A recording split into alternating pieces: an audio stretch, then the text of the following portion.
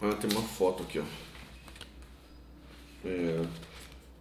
A Lê fazendo graça em um quarto de hotel em Los Angeles quando a banda foi gravar matéria para o Domingão do Faustão.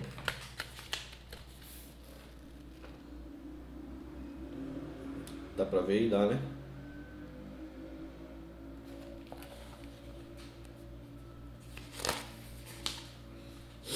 Depois daquele nosso momento de crise no final de 97, a vida continuou e várias coisas foram entrando no lugar. Parecia que o ano novo chegava com outra energia, trazendo uma vibração mais positiva, e foi justamente em 98 que passamos a ter uma casa de verdade.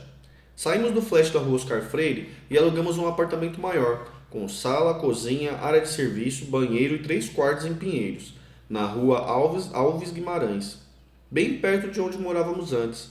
Não era um prédio de luxo, mas já achávamos lugar muito legal. Fiz questão de deixar tudo com a nossa cara. Escolhi os móveis, tapete e cuidei de cada detalhe do nosso novo lar. Consegui que a loja entregasse todos os móveis num sábado em que o Ale estava trabalhando. Foi uma correria deliciosa para deixar tudo no lugar até ele chegar na segunda-feira. Não era só ele que gostava de fazer surpresas. Acordei bem cedo, arrumei os últimos detalhes e fiquei a postos na sala, morrendo de ansiedade e esperando a porta abrir. Não poderia ter sido melhor. Assim que entrou, ele deixou a mala cair no chão, arregalou os olhos e abriu aquele sorriso enquanto eu corria para abraçá-lo. A gente pulava e se abraçava, daquele nosso jeito de sempre, ao mesmo tempo que ele falava: Obrigado por me dar um lar, Grazon, te amo muito. Eu te amo mais ainda, Tiri. Obrigado por ser o meu amor. O primeiro carro também foi comprado nessa mesma época. Era um Volkswagen Polo branco, 0 km, todo equipado. Era o melhor que a gente podia pagar. Demos uma boa entrada e parcelamos o resto. Assim que a documentação ficou pronta, corremos para o concessionário para retirar nosso possante. Ligamos o rádio assim que nos acomodamos e saímos felizes. No primeiro rolê oficial em direção à nossa casa em Pinheiros, e não é que no meio do caminho começou a tocar O Couro Vai Comer? Esse foi o batismo mais bacana que a gente poderia pedir para o universo. Mas é claro que não ficou só nisso. Como tudo na nossa vida, tinha que haver um toque tragicômico. E esse aconteceu bem no meio da Avenida Sumaré, quando o carro começou a falhar. O Ale tentava acelerar, pisava na embreagem, trocava a marcha, desligava o ar-condicionado e nada adiantava. Quando percebemos, estávamos completamente parados no meio dos carros, que buzinavam ao passar. A essa altura, já estávamos nervosos, praguejando e pensando que tinha nos vendido um carro com defeito. Conseguimos empurrar e encostar no meio-fio. Colocamos o triângulo e sinalização e o motorista parou logo atrás e perguntou se podia nos ajudar. Explicamos o que havia acontecido e ele deu uma olhada no geral do carro e daí, com um sorriso sarcástico, perguntou: Vocês puseram gasolina?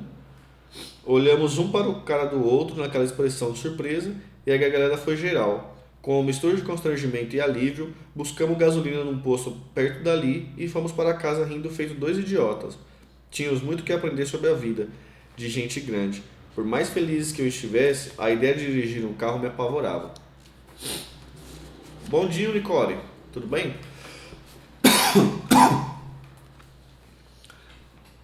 Minha alma era de motoqueira. Na minha cabeça de cria do litoral, era muito mais fácil andar por São Paulo sobre duas rodas. Então, quando o Alê não estava, o carro continuava na garagem e eu me locomovia pela cidade de metrô e ônibus numa boa. Mesmo assim, eu ainda passava muito tempo no apartamento.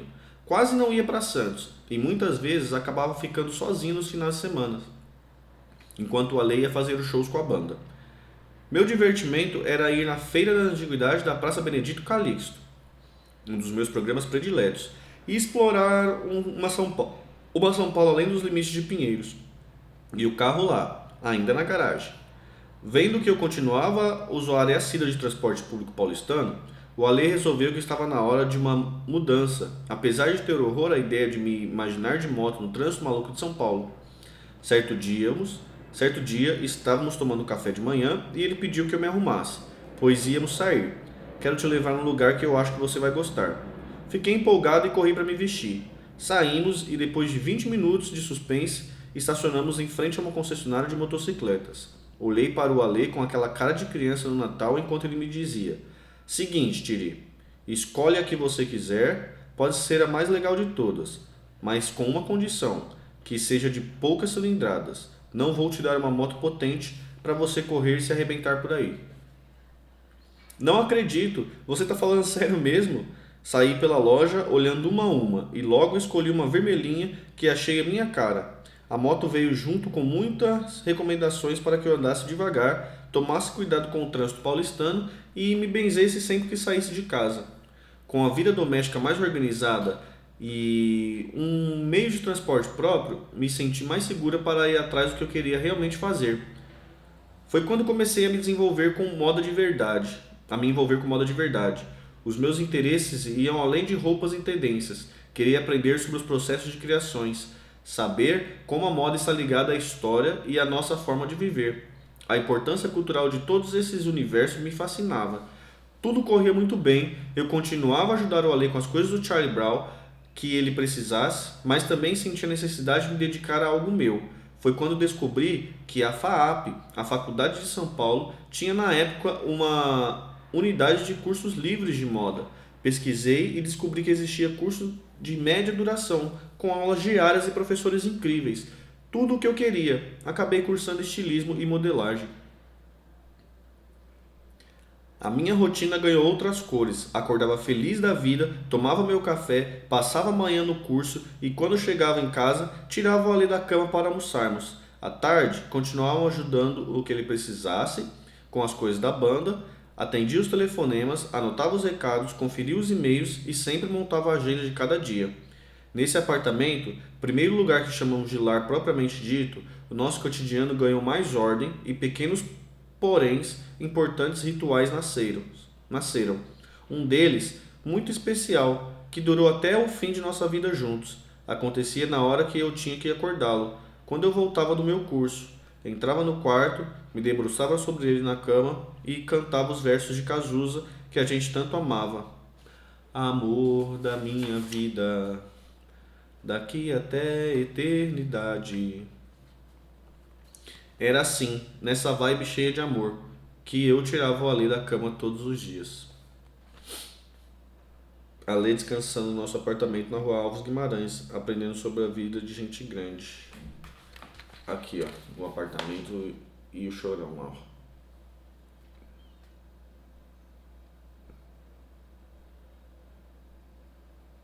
Eu manjo essa rua aqui. Podia botar o número aqui pra gente ver qualquer dia, né?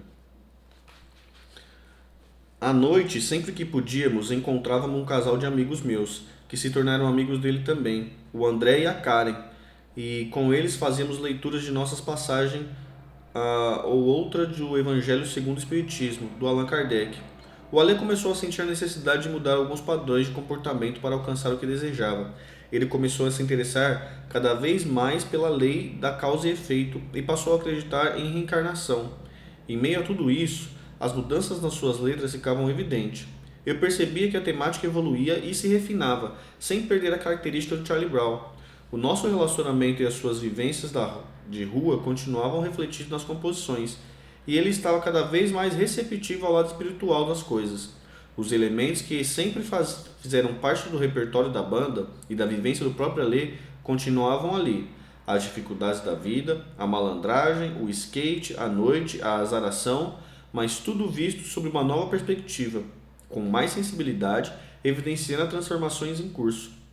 Estávamos passando por todas essas mudanças juntos. Estávamos crescendo como indivíduo e, dentro do nosso relacionamento, tudo isso só enriquecia a nossa troca.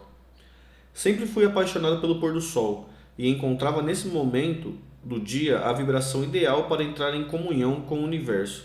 A janela da nossa área de serviço na Alves Guimarães proporcionava a vista perfeita para as minhas meditações. Dava para ver de camarote o sol se despedindo todos os dias. E foi ali, num desses finais de tarde, que o Ale me flagrou sentada em cima da máquina de lavar, meditando de olhos fechados. Quando ele me perguntou o que eu estava fazendo, expliquei que estava tentando silenciar a minha mente, deixando o espírito voar livre, agradecendo pela vida e projetando os meus desejos no universo. Sempre que desejar algo, pode pedir ao pôr do sol. Para mim, ele é o melhor mensageiro de Deus.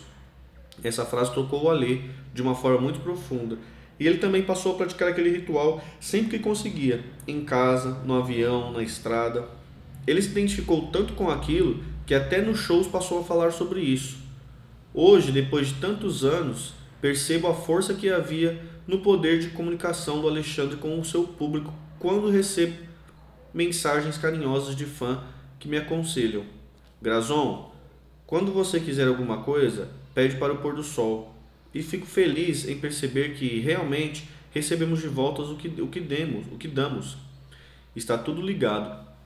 Tenho muito carinho por essas lembranças e até hoje o pôr do sol é um momento de conexão com Deus que mais me liga a tudo que vivemos juntos. Logo voltei a acompanhar a banda em algumas viagens, mas aquilo estava se tornando cansativo para mim.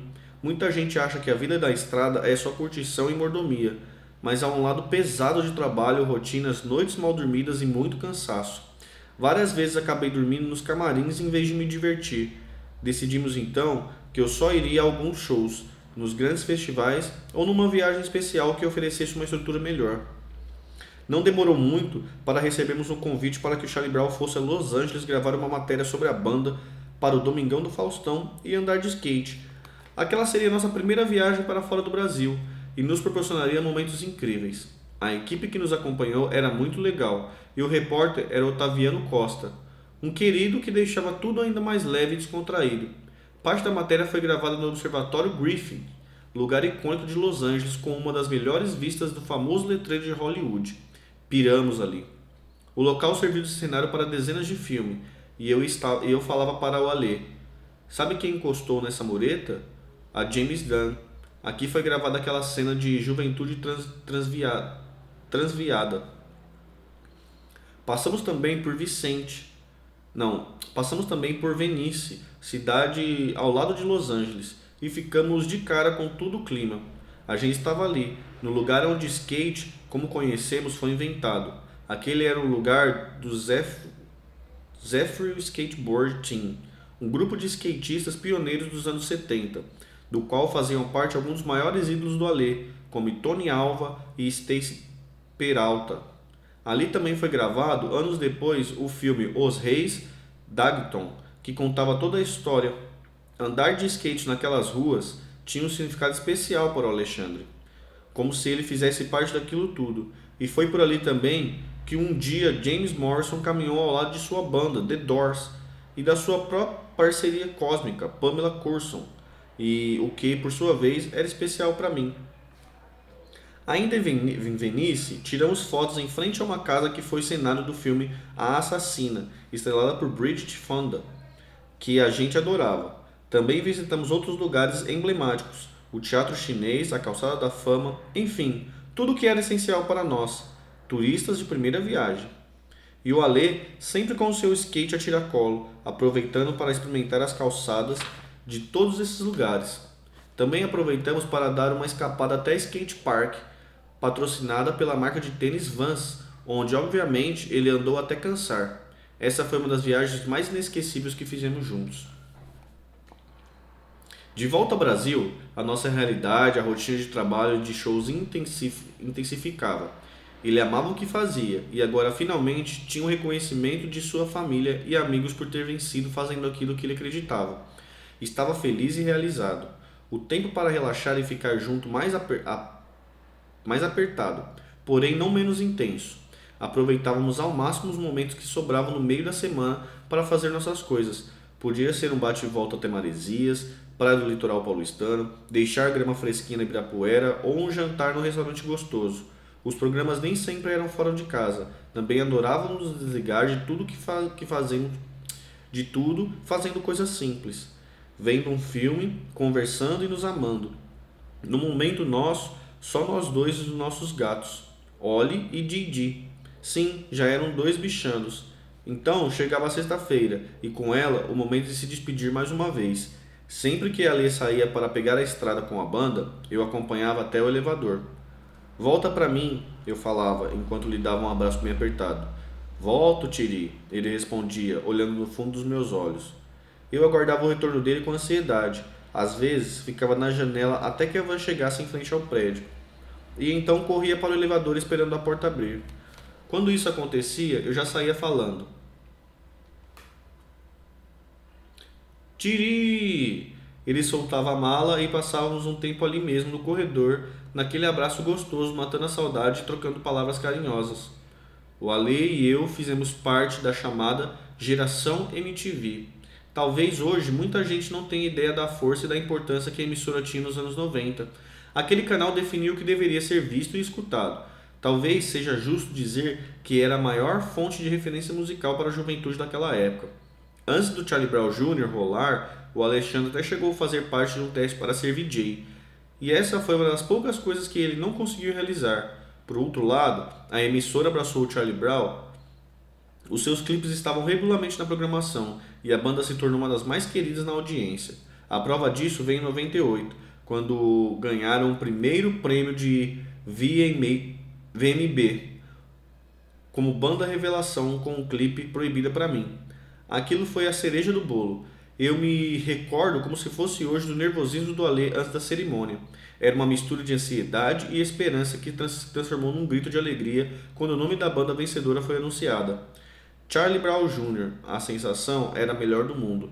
Aquele prêmio era a confirmação da importância e da credibilidade alcançada pela banda no cenário musical brasileiro. Era um passo grande. Sabíamos depois que muitas portas e oportunidades iriam se abrir. E naquele momento parecia que não estava ali. Era tudo tão irreal que eu me sentia numa experiência extracorpórea. Até hoje fica difícil traduzir os sentimentos daquela noite em palavras. Ao mesmo tempo que eu era invadida por uma felicidade extrema, mantinha um sorriso congelado no rosto.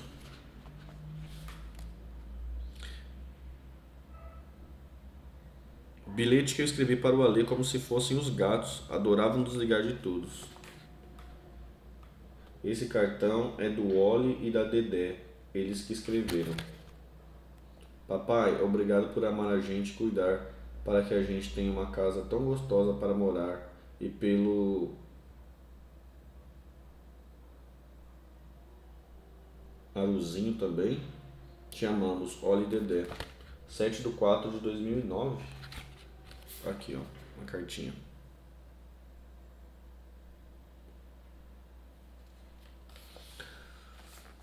Bom dia, Cecília. Tudo bem? Pensava, isso está acontecendo? É verdade? Ele está ali no palco do VMB ganhando um prêmio. E tudo isso acontecendo em razão daquela música tão emblemática, Proibida Pra Mim. Demorou um tempo até que eu conseguisse respirar e soltar a emoção. A hora de fazer um disco novo tinha chegado. O segundo álbum é sempre um fantasma para qualquer músico. É o momento de provar todo o talento, mostrar que a banda tem ainda mais a oferecer, que será capaz de surpreender e mostrar a evolução em seu trabalho. E o grupo superou o desafio com maestria. A receita que misturava as letras do Ale, único letrista da banda, sempre sinceras e verdadeiras, e o groove certeiro funcionou mais uma vez, mostrando que o Charlie Brown Jr. estava no caminho certo. Preço curto, prazo longo. Foi lançado em março de 99. Era um disco ousado, longo, com mais de 1 hora de duração e 25 faixas, muitas das quais estouraram nas rádios e se tornaram um clássico da banda, como Zóio de Lula, Não Deixe o Mar Te Engolir, Confisco, O Preço e Te Levar. Era outra composição que contava um pouco da nossa história, mais especificamente sobre a mudança para São Paulo. Te vi pensando em me mudar, sem te deixar para trás, yeah. Resolvi pensar em nós, yeah. Vou te levar daqui. Virou o tema de abertura do seriado Malhação da TV Globo e ficou no ar por muitos anos. Com esse álbum, a banda atingiu outro patamar, recebeu um disco de platina, 80 mil cópias vendidas, conquistou um público ainda maior e, como consequência, teve um ótimo retorno financeiro. Com a fama crescendo, sair na rua para fazer as coisas cotidianas começou a se tornar um problema. No início, a sede era algo tranquilo. Acontecia de encontrar um fã no supermercado ou num restaurante que a gente se frequentava. Agora, o Charlie Brown Jr. era uma banda grande. O número de fãs tinha aumentado muito e o Ale era abordado em qualquer lugar que fosse, por pessoas de todo tipo. Era necessário aprender a lidar com a popularidade e com os próprios conflitos. A chegada do sucesso contagia. Ninguém queria que aquilo acabasse, mas a sedução da fama inflava os egos e mexia com a cabeça de todos. Esses elementos, somados à inocência da juventude, era algo explosivo, criando uma tensão que até então quase não existia entre os integrantes da banda. Era inevitável que uma hora tudo viesse à tona, e foi justamente o que aconteceu. Durante uma reunião no nosso apartamento, os ânimos se exaltaram, e o que tinha começado com uma conversa se transformou em uma discussão. Para os meninos, estava difícil lidar com a maneira forte e impositiva que o Ale tinha que lidar com Charlie Brown. Ele fazia uma ideia clara de como queria conduzir a banda e sobrava pouco espaço para sugestões. Foi a primeira vez que o Thiago e o Champion falaram em deixar o grupo. Eles estavam na sala e eu num cômodo ao lado, na cozinha, ouvindo as vozes alteradas. O Alexandre estava exaltado, nervoso, tentando argumentar, quando de repente o Champion estourou. Quer saber? Estou fora dessa merda. Acabou essa porra, vou embora. Fiquei desesperada, pensando em tudo que poderia acontecer em consequência de uma atitude impulsiva. Sem pensar se estava me intrometendo num assunto que não era meu, corri atrás dele e pedi: Champs, não faz isso. Pelo amor de Deus, não faz isso. Você está de cabeça quente, está sendo imaturo. Respira, deixa a raiva passar. Eu não tinha percebido que estava chorando. Foi o olhar de espanto do Champs que me fez consciente do meu estado. Aos poucos, ele foi se acalmando, percebeu que havia algum sentido no que eu tinha falado, voltou para a sala e felizmente eles se acertaram. A poeira baixou, mas ali, naquele exato momento, foi plantada uma semente de discórdia que criaria raízes mais profundas. Desde que conheci o Alexandre, percebi que ele também tinha suas fragilidades, como qualquer pessoa. Ele trazia em si uma insegurança e um certo sentimento de inferioridade que